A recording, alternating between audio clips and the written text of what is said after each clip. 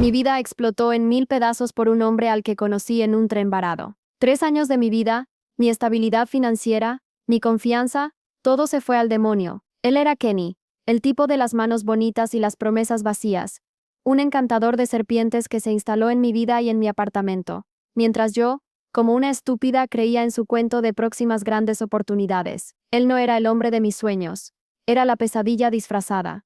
Todo empezó de la forma más inocente. Un día que debería haber sido aburrido. Viajaba en el Amtrak para ver a mi hermana en Chicago, cuando nuestro tren chocó con algo en las vías. No descarriló del todo, pero el daño nos dejó varados en medio de la nada, en Pensilvania. Nos llevaron en autobús a un pueblo minúsculo, con una sola cafetería, un bar y una tienda de conveniencia. La mayoría de los pasajeros se amontonaron en la cafetería, pero yo terminé en el bar de al lado, con mi bolso de mano, pidiendo el sándwich más triste que tuvieran y avisándole a mi hermana que llegaría tarde. Y ahí estaba él, Kenny, sentado a 2 taburetes de distancia, también con equipaje. Hizo una broma sobre cómo el universo quería que apreciáramos la América profunda. Yo me reí. Era guapo, alto, con un cabello rubio oscuro desordenado y unas manos increíbles. No sé por qué, pero siempre he sido débil por unas manos bonitas. ¿Alguien más? Empezamos a hablar. Descubrimos que íbamos a la misma zona. Él iba a una entrevista.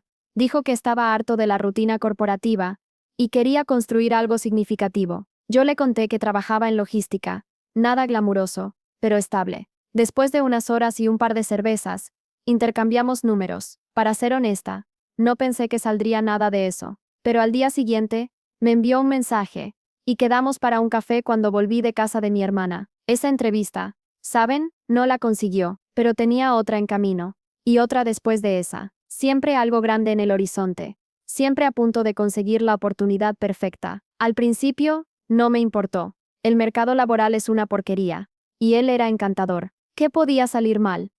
Si supiera, 6 meses después, su alquiler terminaba. Mi apartamento era más grande, más cerca del centro, y para ser honesta, ya estaba pagando la mayoría de nuestras citas, porque sus fondos estaban temporalmente ajustados, hasta que consiguiera su próximo gran proyecto. Cuando sugirió que nos mudáramos juntos, parecía lo más lógico. Error. Un error que me costaría el alma. Aquí es donde mi vida empezó a desviarse al infierno. El primer mes, pagó su parte del alquiler a tiempo. Por supuesto, era el señuelo. El segundo mes, se retrasó una semana. El tercer mes, me soltó una historia elaborada sobre un cheque de un proyecto independiente, que se había retrasado, pero que definitivamente cubriría el alquiler del próximo mes, más lo que debía. Yo no presioné. Podía pagar el alquiler sola. Era apretado, pero factible. Y Kenny estaba en casa todo el día, haciendo networking y construyendo su cartera. Así que, al menos el apartamento estaba limpio, y la cena solía estar lista cuando llegaba. ¿Ven? Me engañaba a mí misma. Me repetía que era temporal. Era una mentira que me susurraba cada noche. Las excusas se hicieron cada vez más ridículas. La startup para la que estaba consultando tenía problemas contables. Un cliente se retrasó en el pago de una factura. El cronograma del proyecto se extendió. Siempre algo fuera de su control. Siempre con una solución a la vuelta de la esquina. Mientras tanto, mi cuenta bancaria se desangraba. Mi dinero desaparecía como agua entre los dedos. Empecé a hacer turnos extras. Tomé un trabajo de inventario de fin de semana. Cuando llegaba a casa agotada, Kenny me daba masajes en la espalda. Me decía lo increíble que era. Cómo me lo compensaría cuando su carrera despegara. Eran palabras vacías, como el hueco que se abría en mi pecho. Mi amiga Jay fue la primera en abrirme los ojos, aunque yo no quería ver. Estábamos tomando café y mencioné que me saltaría un concierto porque andaba corta de dinero. Ella me miró fijamente y preguntó, ¿cuánto tiempo piensas financiar la vida de Kenny? Me puse a la defensiva. ¿Cómo se atrevía? Le dije que éramos un equipo, que las relaciones tienen altibajos, que él haría lo mismo por mí. Pero el comentario se me quedó clavado como una astilla. Empecé a prestar atención, y lo que vi me heló la sangre. Noté con qué frecuencia usaba mi visa para pequeñas cosas sin preguntar. Cómo mi factura de supermercado se había duplicado desde que se mudó. Pero mi nevera parecía más vacía que nunca. Como siempre, tenía dinero para un juego nuevo o para ir de copas con sus amigos, pero nunca para las facturas. Cuando, una vez, saqué el tema del matrimonio. Así, casualmente, después de que mi prima se comprometiera, él me miró como si le hubiera sugerido que saltáramos de un puente. Dijo que no estaba listo, que el matrimonio era un asunto serio, que teníamos algo bueno y para qué apurarse. No lo presioné. Debía haberlo hecho. Debía haberlo echado ese mismo día. Pero era estúpida. Estaba ciega. Entonces, la trama giró. Las cosas mejoraron extrañamente por un mes. Kenny empezó a salir más. Dijo que se reunía con clientes potenciales, eventos de networking, poniéndose al día con viejos contactos. Parecía lleno de energía. Dijo que las cosas finalmente se estaban juntando. Oh, cómo quería creerle. Me aferré a esa esperanza con todas mis fuerzas, sin saber que era la última. Ese viernes, mi amiga Mem me envió un mensaje preguntando si queríamos cenar con ella y su novio. Kenny ya me había dicho que tenía un evento de networking, así que acepté encontrarla sola. Llegué al restaurante temprano. Actuaba raro, no paraba de mirar su teléfono.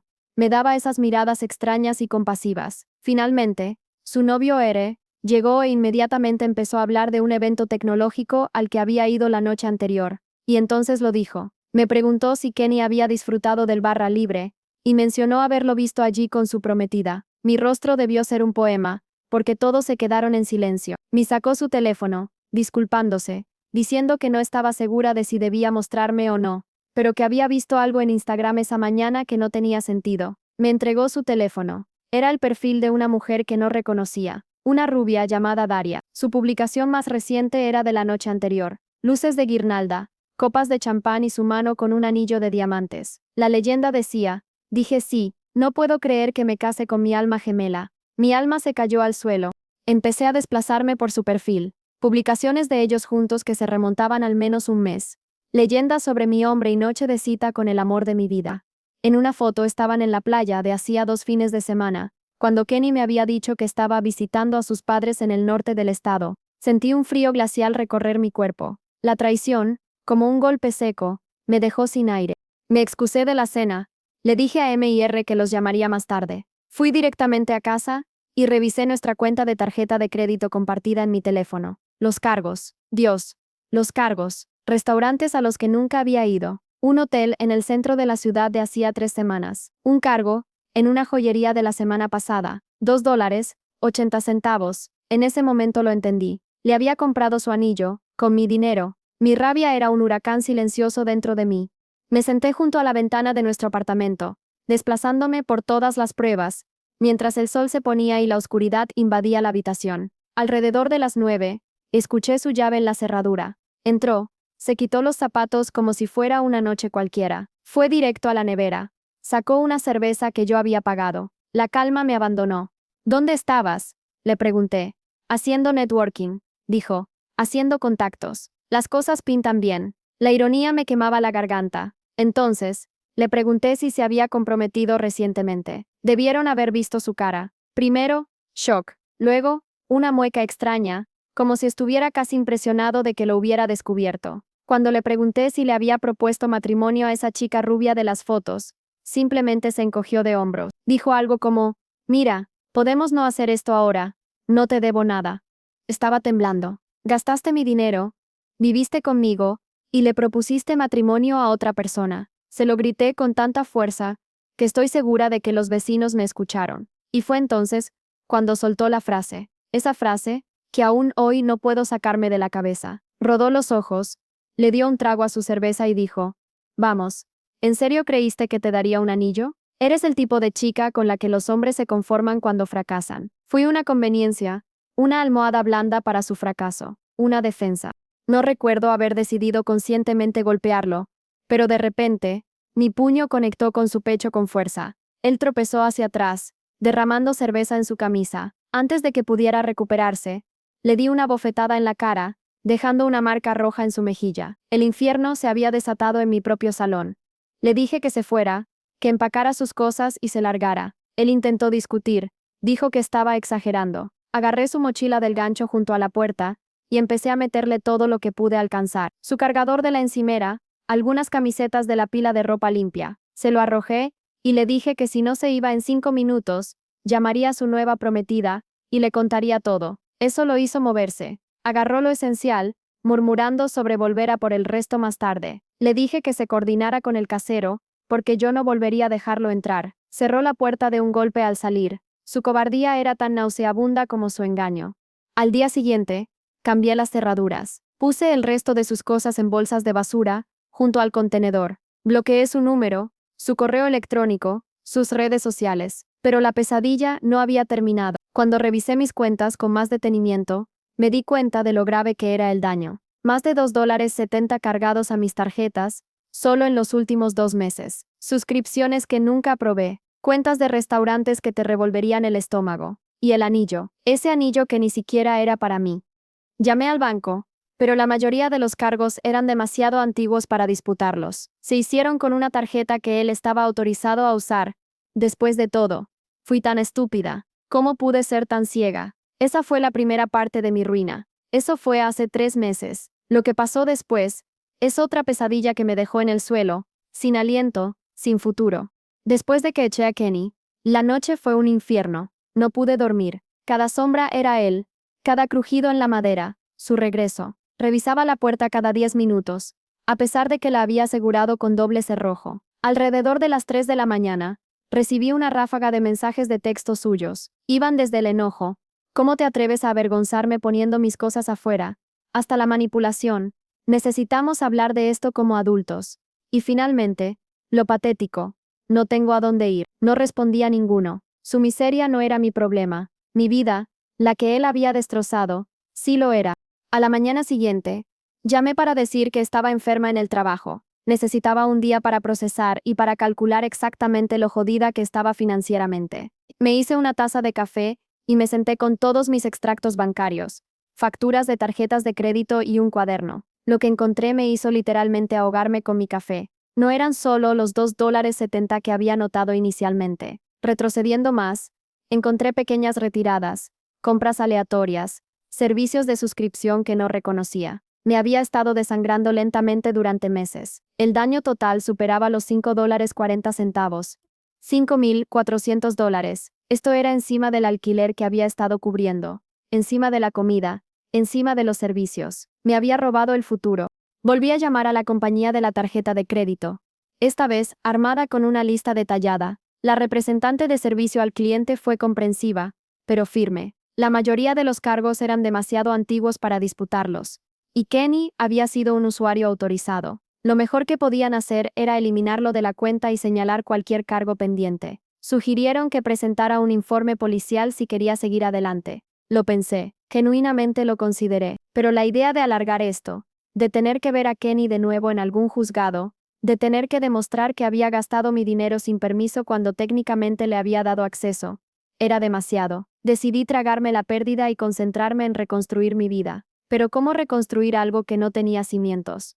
Esa tarde, llamé al cerrajero para cambiar las cerraduras.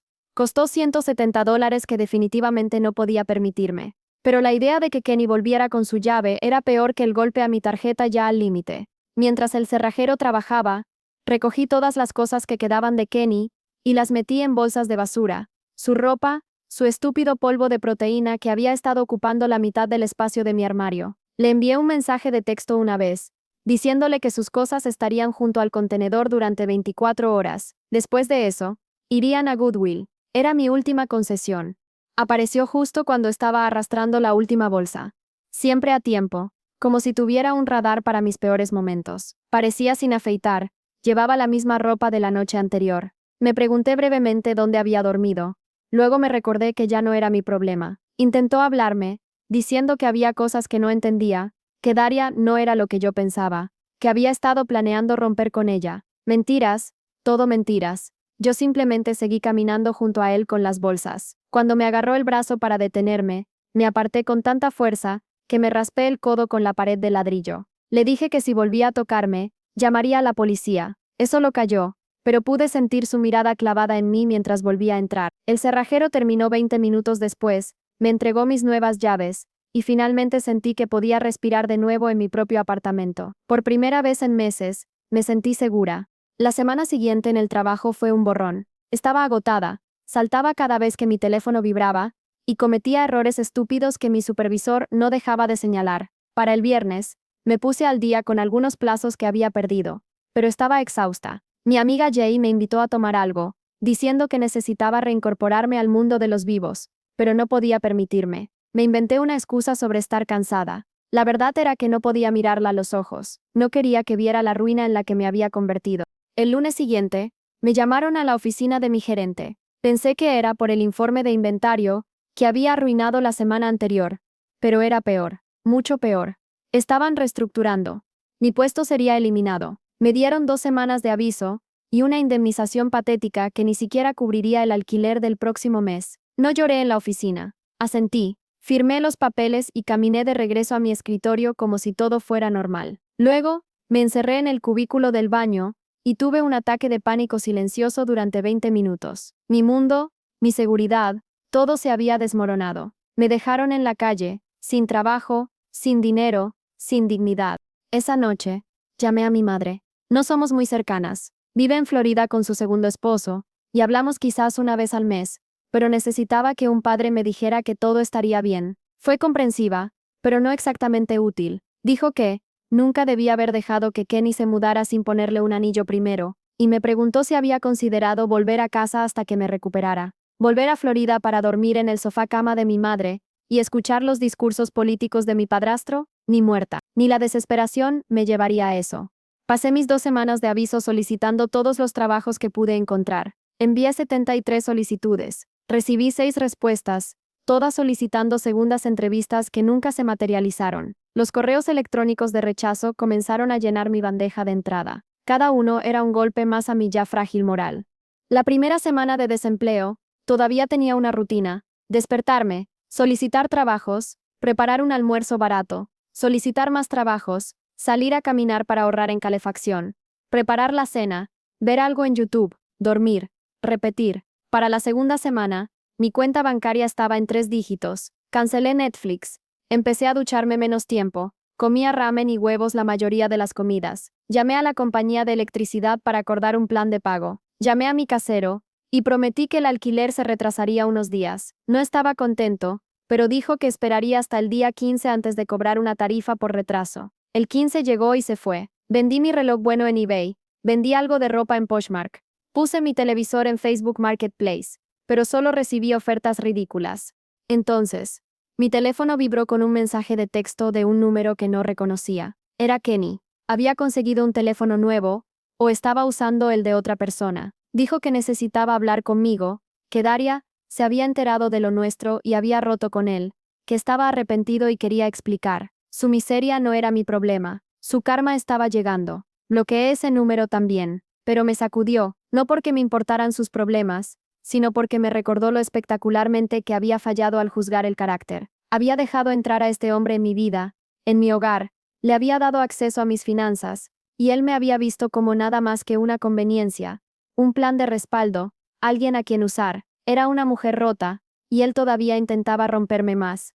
Para finales de mes, estaba desesperada. Mi casero había empezado a dejar mensajes de voz sobre el alquiler. Mi electricidad había estado cortada durante 48 horas antes de que reuniera lo suficiente para pagar el mínimo y que la volvieran a conectar. No había comido nada más que arroz blanco durante 3 días seguidos, porque era todo lo que me quedaba. Finalmente, tragué mi orgullo y solicité asistencia temporal. El proceso fue humillante, llenando formularios detallando cada aspecto de mi vida financiera, esperando horas en una oficina gubernamental abarrotada, que me dijeran que ganaba demasiado en mi trabajo anterior para calificar para ayuda inmediata. Me dieron una lista de bancos de alimentos en su lugar, un golpe más a mi ya inexistente dignidad.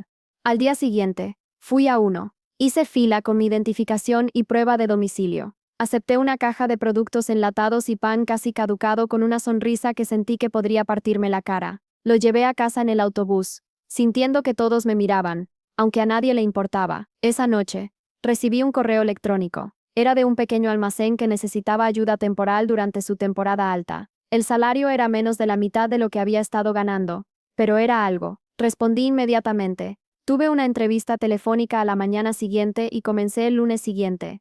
El trabajo era físicamente brutal, de 8 a 10 horas de pie, levantando cajas, escaneando inventario, trabajando en frío glacial o calor sofocante, dependiendo de la sección del almacén a la que me asignaran. Mis manos desarrollaron callos, mi espalda me dolía constantemente, y llegaba a casa demasiado cansada incluso para pensar en solicitar mejores trabajos, pero ganaba lo suficiente para pagar parte del alquiler. Todavía no todo, pero mi casero accedió a otra prórroga siempre y cuando pagara los recargos por mora. Entonces, una tarde, Llegué a casa y encontré un aviso de desalojo pegado en mi puerta. Aparentemente, mis pagos parciales ya no eran suficientes. Tenía 30 días para pagar la totalidad o desalojar. Me senté en el suelo de la cocina y simplemente me quedé mirando el papel, demasiado entumecida para siquiera llorar. Sentí que el universo siempre guardaba un nuevo golpe bajo.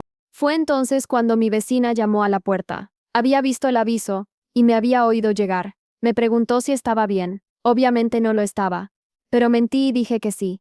Ella dudó. Luego me preguntó si estaba buscando compañera de piso. Su prima Rosalie necesitaba un lugar para quedarse unos meses mientras ahorraba para su propio apartamento. Si dividíamos el alquiler en 3, podría funcionar para todos. Nunca había hablado más de 10 palabras con esta vecina, pero en ese momento, bien podría haber sido un ángel. Dije que sí inmediatamente. Rosalie se mudó 2 días después. Era tranquila, pagó su parte por adelantado en efectivo, y no hizo preguntas sobre por qué a veces comía solo arroz para cenar. No éramos amigas exactamente, pero coexistíamos pacíficamente en el apartamento cada vez más deprimente. Con la contribución de Rosalie, logré pagar lo suficiente del alquiler atrasado para detener el proceso de desalojo. Todavía estaba ahogada en deudas de tarjetas de crédito, todavía trabajaba en un trabajo que pagaba apenas por encima del salario mínimo, todavía comía como una estudiante universitaria en época de exámenes finales, pero no estaba sin hogar, y eso contaba para algo, contaba para todo. Entonces, un día, unos 3 meses después de haber echado a Kenny, me apresuraba a coger el autobús para ir al trabajo cuando choqué con alguien en la acera. Tropecé hacia atrás, murmurando una disculpa sin mirar hacia arriba. Entonces oí mi nombre. Era Kenny, de pie, como si me hubiera estado esperando. Llevaba un uniforme de comida rápida, de esos con la horrible camisa polo y la visera. ¿Karma? Pensé. Intenté rodearlo, pero se interpuso en mi camino. Dijo que había estado intentando localizarme, que necesitaba hablar conmigo, que había cometido un error enorme. Noté que su teléfono era un modelo antiguo, no el último iPhone que siempre había tenido antes. La rueda de la fortuna había girado. Le dije que llegaba tarde al trabajo y lo empujé. Me llamó, diciendo que volvería, que arreglaría las cosas. No miré hacia atrás, simplemente corrí hacia el autobús, y lo cogí justo cuando las puertas estaban cerrando. Esa noche, no pude dormir, no porque lo extrañara, o lo quisiera de vuelta, sino porque tenía miedo de que hubiera descubierto dónde vivía, de que apareciera de nuevo. Coloqué una silla debajo del pomo de la puerta de mi habitación, aunque sabía que era una paranoia. A la mañana siguiente, había una carta en mi buzón, sin sello, solo mi nombre garabateado en el frente. Reconocí la letra de Kenny de inmediato, no la abrí, simplemente la rompí en pedazos, y los tiré en diferentes papeleras de camino a la parada del autobús, pero sabía que no se rendiría tan fácilmente. Y tenía razón, el acoso apenas comenzaba. Después de romper la carta de Kenny, pensé que tal vez entendería la indirecta. No lo hizo. Durante las siguientes 2 semanas, lo veía al azar al otro lado de la calle de mi edificio de apartamentos, en la parada del autobús, cerca del trabajo. Una vez incluso en la lavandería a la que había empezado a ir porque las máquinas de nuestro edificio eran demasiado caras. Nunca se me acercó directamente. Solo observaba. A veces me saludaba o intentaba llamar mi atención. Yo fingía no verlo, y caminaba más rápido. Su presencia era una sombra constante, un recordatorio de la pesadilla que intentaba enterrar. Mi trabajo temporal en el almacén se convirtió en una pesadilla bastante rápido. Los gerentes seguían extendiendo los turnos sin previo aviso, así que entraba esperando trabajar 8 horas, y terminaba quedándome 12. Mis pies estaban constantemente hinchados, y desarrollé un dolor agudo en la parte baja de la espalda que nunca desaparecía del todo. Pero no podía permitirme renunciar, así que simplemente tomaba todo el ibuprofeno que encontraba en el apartamento y seguía adelante. Era un zombie, pero un zombie con una factura de alquiler que pagar. Rosalie lo notó. Una noche, llegué a casa, y literalmente no podía mantenerme erguida. Estaba haciendo algún tipo de sopa, y me ofreció un plato. Fue la primera comida casera de verdad que había tenido en semanas que no fuera arroz blanco o ramen. Nos sentamos en la mesa de la cocina, y por primera vez, hablamos de verdad. Resulta que Rosalie tenía su propia historia de Kenny. Diferente nombre, misma miseria. Fue extrañamente reconfortante saber que no era la única idiota que había confiado en la persona equivocada. Empezamos a cenar juntas cuando nuestros horarios coincidían. Lo que fuera que pudiéramos juntar de nuestra triste despensa y la sección de ofertas del supermercado, pero ayudó. Me di cuenta que no estaba tan sola como creía. Entonces, una mañana a finales de noviembre, Me desperté sintiendo como si alguien me hubiera atropellado con un camión. La garganta me ardía, la cabeza me palpitaba y apenas podía levantarme de la cama. Llamé al trabajo, farfuleando una explicación. Mi supervisor suspiró pesadamente y me recordó que los trabajadores temporales no tienen días de baja por enfermedad. Si no iba, podría no tener un puesto cuando me sintiera mejor. El miedo a perder el trabajo era más fuerte que el dolor físico. Me arrastré al baño. Me tomé la temperatura con un termómetro antiguo que encontré en el botiquín. 3.5. Eso no podía ser correcto. Agité el termómetro y volví a intentarlo. 3.8. Debí haber ido a urgencias. Lo sé ahora, pero las urgencias cuestan dinero, y tenía exactamente $27 en mi cuenta corriente para aguantar hasta el día de pago. Así que tomé más ibuprofeno, me puse todas las capas de ropa que tenía, y de alguna manera llegué al autobús. No recuerdo mucho de ese día. Escaneé cajas, bebí agua de la fuente, me escondí en el baño cuando el mareo se volvía demasiado intenso. De alguna manera, llegué al final de mi turno. Recuerdo esperar el autobús a casa, temblando violentamente a pesar de que estaba sudando a través de mi ropa. Lo siguiente que supe fue que estaba en el suelo. Alguien me estaba sacudiendo, preguntando si estaba bien. Era una adolescente que parecía absolutamente aterrorizada. Aparentemente, me había desmayado en la parada del autobús. Me ayudó a sentarme, preguntó si debía llamar a alguien. Dije que no, que estaba bien, solo cansada. No estaba nada bien, estaba al borde del colapso. De alguna manera, logré subir al autobús.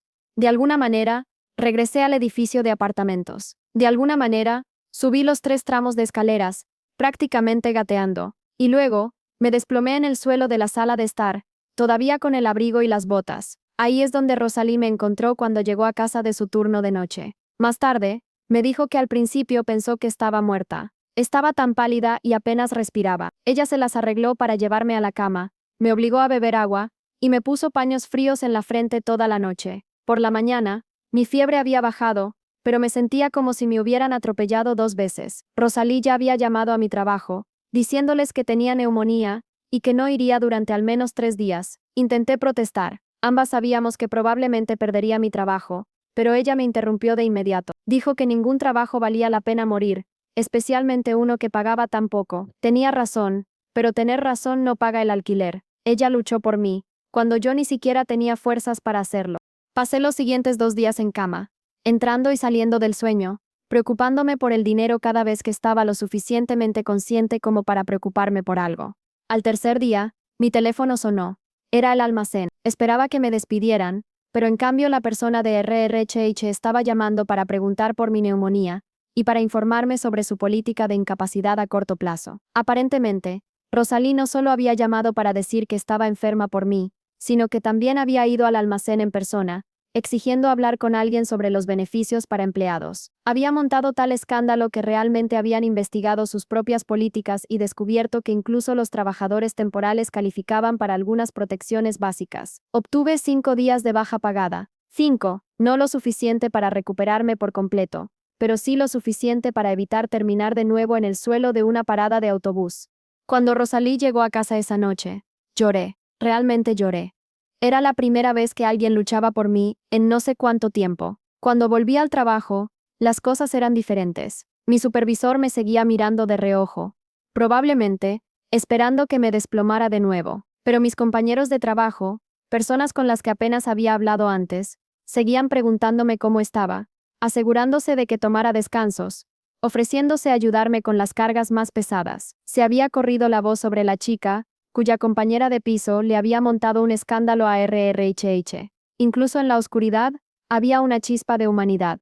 Mientras tanto, la situación de Kenny tomó un nuevo giro. Los avistamientos aleatorios cesaron, pero los mensajes de texto aumentaron. De alguna manera había conseguido un nuevo número de nuevo, o estaba pidiendo teléfonos prestados, y enviaba estos mensajes largos y divagantes sobre lo mucho que me extrañaba, cómo Daria le había arruinado la vida, cómo había estado pensando en dónde todo salió mal. Era otra capa de manipulación, un último intento de atraparme. Bloqueaba cada nuevo número a medida que llegaba, pero era agotador. Jay sugirió que cambiara mi número por completo, pero eso significaba pagar una tarifa que no podía permitirme, así que simplemente seguí bloqueando e ignorando. No iba a permitirle otra entrada a mi vida. Diciembre llegó, trayendo aún más estrés financiero. El almacén estaba más ocupado que nunca con los pedidos navideños, lo que significaba más horas, pero también más tensión física. El dolor de espalda se volvió tan intenso que comencé a tomar la dosis máxima de ibuprofeno todos los días solo para funcionar. Me dolían los dientes constantemente. Una muela me había estado molestando durante meses, pero la atención dental bien podría haber sido unas vacaciones de lujo en las Maldivas para lo que podía permitírmelo. Una mañana particularmente fría, estaba esperando el autobús, golpeando los pies para mantenerme caliente, cuando una mujer mayor a mi lado entabló conversación. Solo la típica charla de parada de autobús. El clima. El autobús que llegaba tarde. Cosas típicas. Luego mencionó que trabajaba en una consulta médica al final de la calle. Asentí cortésmente, sin prestar mucha atención hasta que dijo algo sobre que su almacén necesitaba reorganización. Probablemente me veía desesperada, porque inmediatamente le pregunté si estaban contratando. Pareció sorprendida, pero me dio el nombre del gerente de la oficina, y me sugirió que me pasara con mi currículum. Le di las gracias, sin esperar mucho. Las conexiones aleatorias en la parada del autobús rara vez salen bien, pero estaba lo suficientemente desesperada como para intentar cualquier cosa. Esa tarde, actualicé mi patético currículum y lo imprimí en la biblioteca. Al día siguiente, hice un desvío durante mi hora de almuerzo y entré en la consulta médica, preguntando por el gerente por su nombre. Esperaba que me dijeran que solicitara en línea o que dejara mi currículum en la recepción. En cambio, me llevaron a una pequeña oficina, donde una mujer con aspecto apurado estaba comiendo un sándwich en su escritorio. Echó un vistazo a mi currículum, preguntó por mi experiencia en logística, y luego saltó directamente a cuándo podría empezar a organizar su área de suministros. No era un puesto a tiempo completo, solo 20 horas a la semana, para empezar a gestionar el inventario de suministros médicos y las entregas, pero pagaba $3 más por hora que el almacén. Las horas eran flexibles, y implicaba habilidades reales en lugar de solo trabajo físico. Acepté en el acto. Durante las siguientes semanas, trabajé en ambos trabajos, por las mañanas en la consulta médica, por las tardes en el almacén. Fue brutal, pero por primera vez en meses, pude pagar mis facturas a tiempo. Llegaba a casa exhausta, comía lo que Rosalie había preparado, había empezado a cocinar para las dos, cuando se dio cuenta de lo mucho que mi salud se había deteriorado, y me desplomaba en la cama. Cada día era una batalla ganada, una pequeña victoria contra el abismo de la ruina. A mediados de enero, había ahorrado lo suficiente para dejar el trabajo del almacén. Mi último día, no sentí nada más que alivio al entregar mi identificación. Mi supervisor parecía genuinamente sorprendido. Creo que esperaban que siguiera tolerando las terribles condiciones indefinidamente. Una de mis compañeras de trabajo me dio un abrazo incómodo y dijo que estaba feliz de que hubiera escapado. Había escapado, no del todo, pero era un inicio. El trabajo en la consulta médica no era glamuroso, pero era constante. La gerente de la oficina seguía encontrando más horas para mí a medida que demostraba ser confiable. Para febrero, trabajaba 35 horas a la semana, e incluso me habían dado un pequeño escritorio en la parte de atrás, donde podía hacer un seguimiento del inventario en un viejo ordenador de sobremesa. Con los pagos regulares entrando, empecé a abordar la montaña de deudas que Kenny me había dejado. $20 aquí, $50 allá. No era mucho, pero ver cómo los saldos disminuían lentamente me dio una sensación de control que no había sentido en meses. Rosalie y yo nos adaptamos a una rutina cómoda. No éramos mejores amigas ni nada por el estilo, pero había un respeto mutuo y comprensión entre nosotras. Había empezado a salir con alguien nuevo, un chico tranquilo, y a veces se unía a nosotras para cenar. Era agradable tener a alguien más en el apartamento que no fuera forma de Kenny.